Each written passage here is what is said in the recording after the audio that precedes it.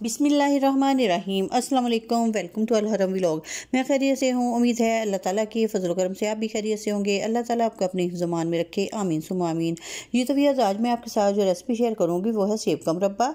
सेब का मुरब्बा जो होता है बहुत ही हेल्दी, बहुत ही सेहतमंद होता है। अक्सर पेशेंट जो होते हैं उनको रिकमेंड किया जाता है कि जो मेडिसिन होती हैं वो अक्सर सेब के मुरब्बे के साथ भी बताई जाती हैं। जो देसी अद्वियात होती हैं वो अक्सर ज़्यादातर हमें सेब के मुरब्बे के साथ भी खाना जो है वो बताते हैं। इसीलिए जो डॉक्टर हैं वो सेब का मुरब्बा रेकमेंड करते हैं, क्योंकि सेब का मुरब्बा जो होता है बहुत ही हेल्दी, बहुत ही टेस्टी भी होता है। तो फिर चलिए आइए वीडियो जो है वो शुरू करते हैं। प्लीज़ वीडियो शुरू करने से पहले जो नई देखने वाले हैं वो मेरे चैनल को भी सब्सक्राइब जरूर कर लें। तो फिर चलिए आइए बिस्मिल्लाह करते हैं। बिस्मिल्लाहिर्रहमानिर्रहीम।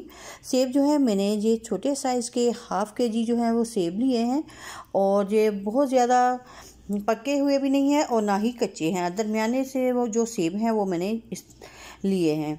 और साथ में है चीनी मैं बाद में आपको बताऊंगी कि हमने कितनी चीनी जो है वो यूज़ करनी है।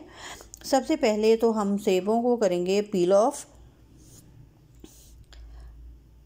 सेब जो हमने बहुत ही अच्छे तरीके से जो है इनको छीलना है।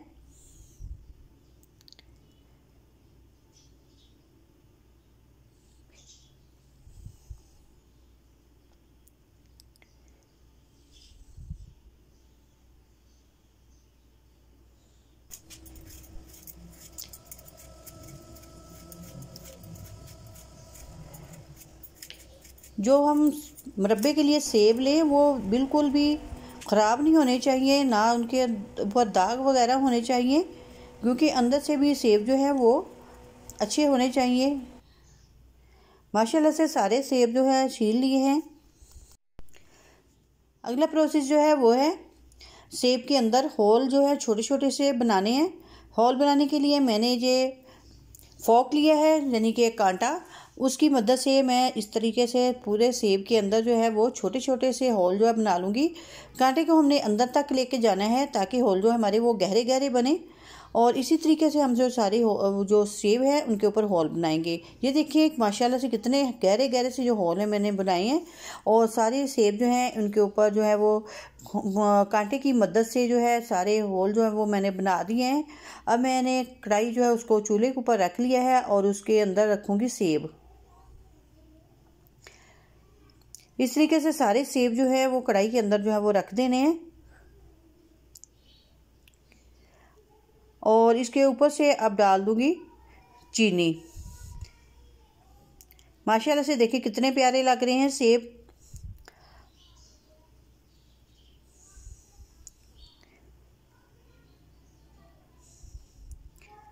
हमने अभी कुछ भी नहीं डालना, मैंने ये सेब डाले हैं और साथ में डाल दिया चीनी।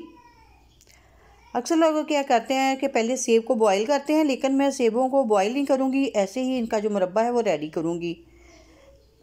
चीनी डालने के बाद स्पैचुला की मदद से इसको करेंगे मिक्स।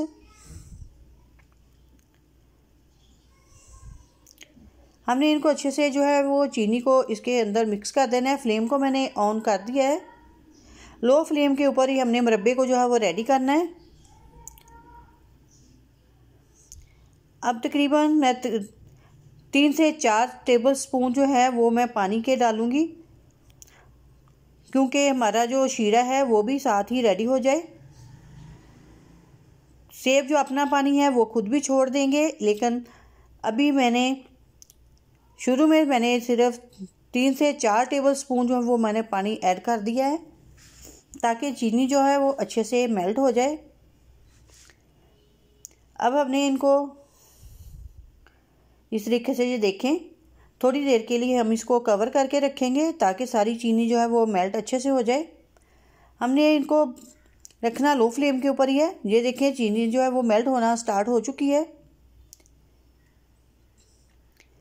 इसी तरीके से जो सारी चीनी है वो मेल्ट हो जाएगी, और चीनी को जो है ये इस एप्पल्स के ऊपर जो है इस तरीके से डालते जाना है ताकि जो होल के अंदर तक जो है वो चीनी जाए।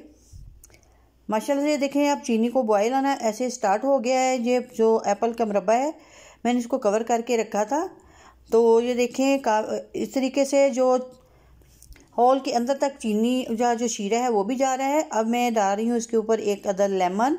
होगा क्या इससे, लेमन से, कि जो हमारी चीनी है वो अच्छे से मेल्ट ही रहेगी और वो जमेगी नहीं।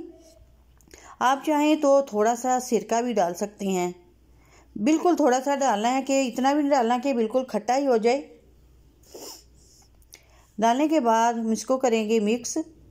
साथ साथ ज़रूर इसको हिलाते रहें ताकि जो चारों तरफ से चीनी जो है वो अच्छे से सेब के अंदर जो है वो चली जाए। अब जो छोटी इलायची है, 2 से 3 अदद जो मैंने छोटी इलायची है उनके तोड़ के तो इनको बीज समेत जो है वो मैंने डाल दिया है। और अब जाएगा इसके अंदर केवड़ा एसेंस। ये ऑप्शनल है, अगर आप डालें तो बहुत बेहतर है। इससे क्या होगा कि इससे जो टेस्ट है एप्पल का बहुत ही मज़ेदार सा आता है, बहुत ही टेस्टी आता है। और इसकी खुशबू जो है बहुत ही अच्छी सा जो वो सेब के मुरब्बे के अंदर जो है वो आती है।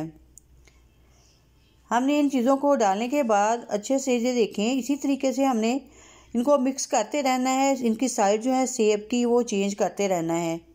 तकरीबन आधा घंटा हो चुका है और मैंने साथ में थोड़ा सा जो हमारा फूड कलर है, येलो फूड कलर, उसको भी डाला है ताकि इसका जो कलर है वो बहुत ही अच्छा सा आ जाए। पहले हमने नहीं डालना, बाद में हमने इसलिए डाला है कि ताकि हमें पता चले कि हम कितना सा फूड कलर डालेंगे तो उससे जो कलर है वो बहुत ही अच्छा सा आ जाएगा। माशाल्लाह से सेब का मुरब्बा जो है बहुत ही अच्छा सा रेडी हो चुका है। हमें ये देखें इसी कंसिस्टेंसी का जो शीरा है वो चाहिए। हमने बहुत ज़्यादा गाढ़ा शीरा जो है वो नहीं करना, ना ही बहुत ज़्यादा नरम करना है, दरमियाना सा शीरा जो है वो रेडी करना है। बहुत ही मज़ेदार, बहुत ही टेस्टी जो है ये देखें जो मुरब्बा है सेब का वो रेडी हो गया है। बहुत ज़्यादा मेहनत भी नहीं करनी पड़ी और बहुत ही आसानी से जो मुरब्बा है वो रेडी हो गया है। अब ये मुरब्बा बना के बच्चों को तो ज़रूर खिलाएं, क्योंकि ये मुरब्बा जो होता है सेब का बहुत ही हेल्दी होता है और बच्चों के लिए बहुत ही फ़ायदेमंद होता है। अगर आपको मेरी आज की वीडियो जो पसंद है तो प्लीज़ लाइक और शेयर करें और इसके साथ ही मुझे दीजिएगा इजाज़त। अपनी दुआ में याद रखिएगा। अल्लाह हाफिज़।